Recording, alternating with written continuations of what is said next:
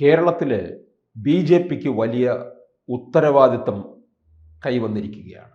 പ്രത്യേകിച്ച് തിരുവനന്തപുരത്തൊരു മാതൃക കാണിച്ചു കൊടുക്കേണ്ടിയിരിക്കുന്നു ബി.ജെ.പിക്ക്. ആദ്യമായിട്ട് കോർപ്പറേഷൻ ഭരണം ലഭിച്ചിരിക്കുകയാണ്. 2024 ലോക്സഭാ തിരഞ്ഞെടുപ്പിൽ തൃശ്ശൂർ കിട്ടി.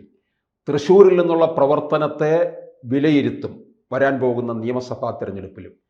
ഈ കോർപ്പറേഷൻ തിരഞ്ഞെടുപ്പിനകത്തും, അതായത് തിരുവനന്തപുരം നേടിയതിലൂടെയും ഈ വിലയിരുത്തൽ നിയമസഭാ തിരഞ്ഞെടുപ്പിൽ ഉണ്ടാകും.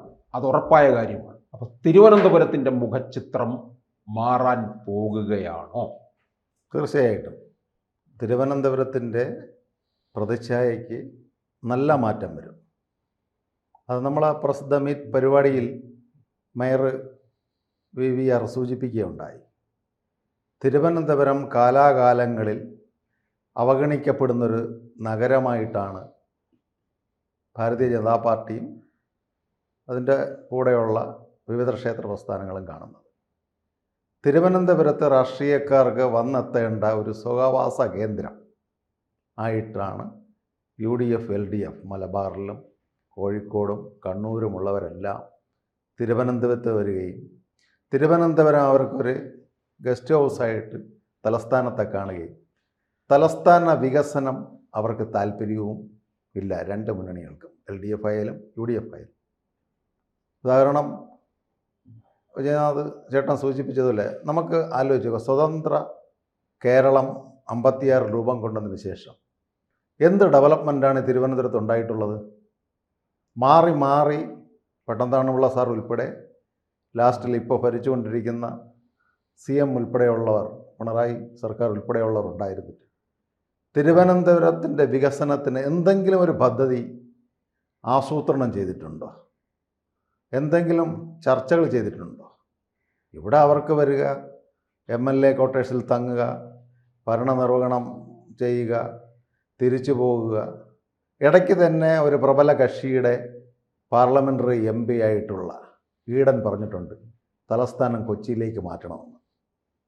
എന്ത് വിരോധാഭാസമാണ്!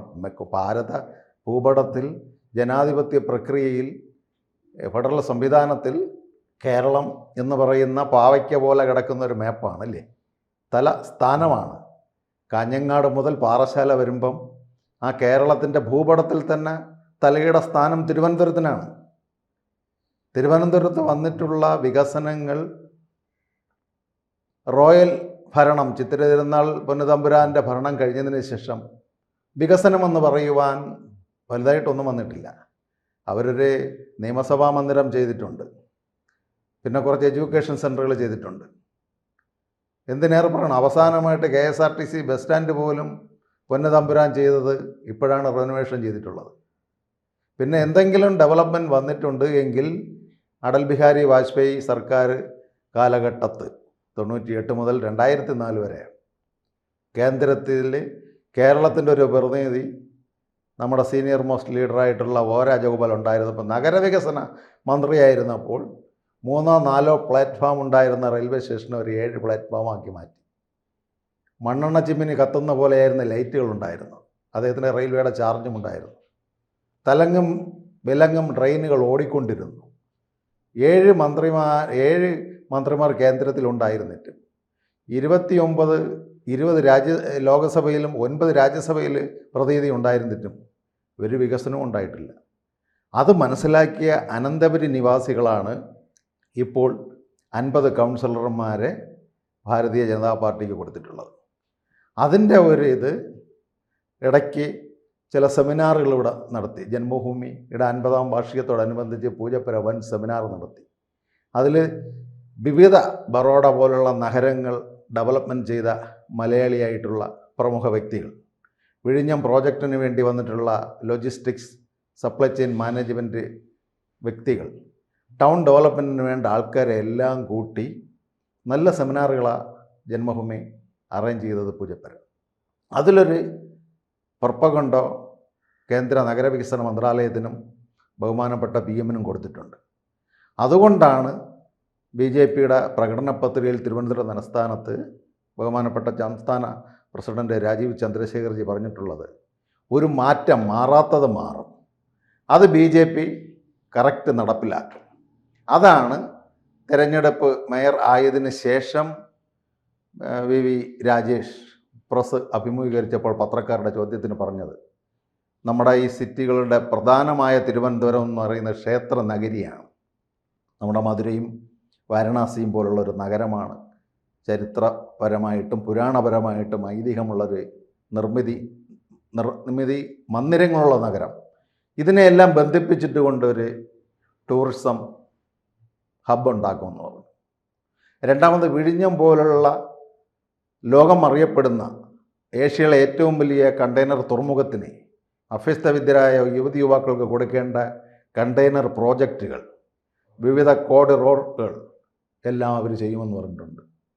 മൂന്നാമതായിട്ട് കേന്ദ്ര സ്ഥാപനങ്ങളായിട്ടുള്ള ബ്രഹ്മോസ്, ഫോറൻസിക് സയൻസ് ലാബ്, DRDIയിലെ ആയുധ നിർമ്മാണം, ISROയിലെ വിദ്യാർത്ഥികൾക്ക് പഠിക്കേണ്ട ഗവേഷണ കേന്ദ്രങ്ങൾ, ഐസർ പോലുള്ള സ്ഥാപനങ്ങൾ തിരുവനന്തപുരത്തെ ഹബ്ബാക്കി മാറ്റും. അത് ബഹുമാനപ്പെട്ട പ്രധാനമന്ത്രി തിരുവനന്തപുരത്ത് വരുമ്പോൾ ഒരു കേന്ദ്ര സ്ഥാപനങ്ങളുടെ പ്രഖ്യാപനം തന്നെ നമ്മുടെ ആദരണീയ പ്രധാനമന്ത്രി പ്രഖ്യാപിക്കും. അതിനുപരി ഒരു ചെറിയ കണക്ക് വെച്ച് ഞാൻ ആവറേജ് നോക്കിയെടുത്തോളം 15,000-ൽ പരം കോടി രൂപ നഗര വികസനത്തിന് തിരുവനന്തപുരത്ത് കൊടുത്തിട്ടുണ്ട്. ഇവർ എന്താണ് ഇവിടെ ചെയ്തിട്ടുള്ളത്? ഇവർക്ക് വിദേശത്തു നിന്നെന്തോ വലിയ ഗിന്നീസ് ബുക്ക് പോലത്തെ അവാർഡ് കിട്ടിയെന്നൊക്കെ ബഹുമാനപ്പെട്ട മേയർ പറയുകയുണ്ടായി. എന്തിൻ്റെ ബേസിൽ കൊടുത്തു? ക്ലീൻ സിറ്റിയുടെ പേരിലാണോ? അത് അദ്ദേഹം മേയർ വ്യക്തമായിട്ട് എടുത്ത് പറഞ്ഞിട്ടുണ്ട്.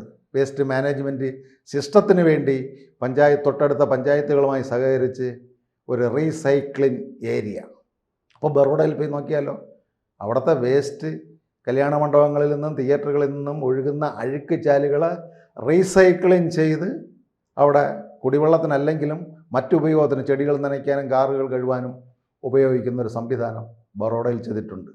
സൂറത്ത് നഗരത്ത് പ്ലാസ്റ്റിക്കിനെ വേർതിരിച്ച്, ജൈവ മാലിന്യങ്ങളെ വേർതിരിച്ച്, മറ്റസംസ്കൃത പദാർത്ഥങ്ങളെ വേർതിരിച്ച് വളങ്ങളുണ്ടാക്കുന്നു.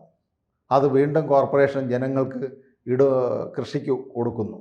വേസ്റ്റിനെ പ്ലാസ്റ്റിക് ഉൽപ്പന്നങ്ങളുള്ള കമ്പനികൾക്ക് ഡിസ്പോസ് ചെയ്യുന്നു. അപ്പോൾ ഇങ്ങനെയുള്ള പദ്ധതികൾ തിരുവനന്തപുരത്ത് കൊണ്ടുവരുമെന്ന് ആദരണീയ മേയർ ഇന്നലെ പ്രഖ്യാപിക്കുകയുണ്ടായി. ഈ പ്രഖ്യാപനത്തിന് എന്തിനും ഫണ്ട് വേണം. ഫണ്ട് മെയിൻ ഘടകം തിരുവനന്തപുരത്തുണ്ട്. കാരണം നിരവധി കുത്തക മുതലാളിമാരുടെയും വ്യവസായികളുടെയും ടാക്സുകൾ നേരത്തെ ഇരുന്ന കൗൺസിൽ പിരിക്കാറില്ല. അവർക്ക് പാർട്ടിക്ക് വേണ്ടപ്പെട്ടവരാ, പോഷക സംഘടനകൾക്ക് വേണ്ടപ്പെട്ടവരാ. സാധാരണ ജനങ്ങളെ പിഴിഞ്ഞുകൊണ്ടാണ് 300 കോടിയിൽ പരം രൂപ തിരുവനന്തപുരം കോർപ്പറേഷനിൽ ബാലൻസ് ആക്കിയത്. അതിൽ 200 കോടിയിൽ പരം രൂപ ടെറിഷറിയിലേക്ക് മാറ്റിയെന്ന് പറയുന്നു. ഓർഡറും കാര്യങ്ങളും നമ്മൾ കണ്ടിട്ടില്ല. അപ്പോൾ ഇത്തരത്തിലുള്ളൊരു പ്രവർത്തനം അവർ ചെയ്തുകൊണ്ടിരിക്കുന്നു. സാധാരണക്കാർ 1000 രൂപ അടച്ചുകൊണ്ടിരുന്ന നികുതി ഇന്ന് 9,000-ഉം 10,000 രൂപയാണ്. തൊഴിൽ കാര്യങ്ങൾ കൂട്ടി. ഒരു വാർഡിൽ ഒരു ചെറിയ സ്ഥാപനമുണ്ടെങ്കിൽ കറക്റ്റ് അവരിൽ നിന്ന് പിഴിയുന്നു. എന്തുകൊണ്ട് അടയ്ക്കാൻ പറ്റാത്ത ഇടതുപക്ഷ ചായ്വിലുള്ള മുതലാളിമാരിൽ നിന്ന് ഇവർ ചെന്ന് വിജിലൻസോ ആൾക്കാരോ വാർഡ് ഡെവലപ്മെൻറ്റിൻ്റെ ആൾക്കാരോ കൗൺസിലറുകളോ ഉൾപ്പെടുത്തി അവരിൽ നിന്ന് നികുതികൾ പിരിച്ചെടുക്കുന്നില്ല? എനിക്കറിയാവുന്ന നിരവധി സ്ഥാപനങ്ങൾ തിരുവനന്തപുരത്തുണ്ട്. അതെല്ലാം പാർട്ടിയുടെ ഉന്നത നേതാക്കന്മാരുടെയും അല്ലെങ്കിൽ ബന്ധുക്കളുടെയുമാണ്. അഥവാ എന്തെങ്കിലും പോകണമെങ്കിൽ നിസ്സാരമായ ഒരു വക്കീൽ മുഖാന്തരം ഒരു കോടതി സ്റ്റേ വാങ്ങിച്ച് അണ്ടിൽ സസ്പെൻഡ് എന്ന് പറഞ്ഞ് നിർത്തിയിരിക്കുന്നു. അത് ജനാധിപത്യ പ്രക്രിയയിൽ ഈ ജനങ്ങളുടെ ഈ കുത്തക മുതലാളിമാർക്ക് ബൂർഷകളെന്ന് പറയുകയും ചന്ദ്രശേഖർ ഉൾപ്പെടെയുള്ള നേതാക്കളെ ബൂർഷയാണ്, കോർപ്പറേറ്റാണെന്ന് പറയുകയും ഇവിടെ അന്തർധാരയിൽ അവർ പിരിക്കുന്നു. പിന്നെ മിക്ക കൗൺസിലേഴ്സും ഡെപ്യൂട്ടി മേയറും എല്ലാം മുതലാളിമാരാണ്. തിരുവനന്തപുരം സിറ്റിക്കകത്ത് നിരവധി സ്ഥാപനങ്ങൾ അവർ 5 വർഷം കൊണ്ട് തുടങ്ങിയിട്ടുണ്ട്. അതുകൊണ്ട് ഇനിയൊരു വ്യാഴവട്ടക്കാലം അവരുടെ സാമ്പത്തിക ശേഷി വർദ്ധിച്ചു. തിരുവനന്തപുരം പൗരാവലിയുടെ ദാരിദ്ര്യവുമാണ്. കൂടുതൽ വാർത്തകളും വിശേഷങ്ങളും നിങ്ങളിലേക്ക് എത്താൻ ABC മലയാളം സബ്സ്ക്രൈബ് ചെയ്യുക, ബെൽ ബട്ടണും അമർത്തുക.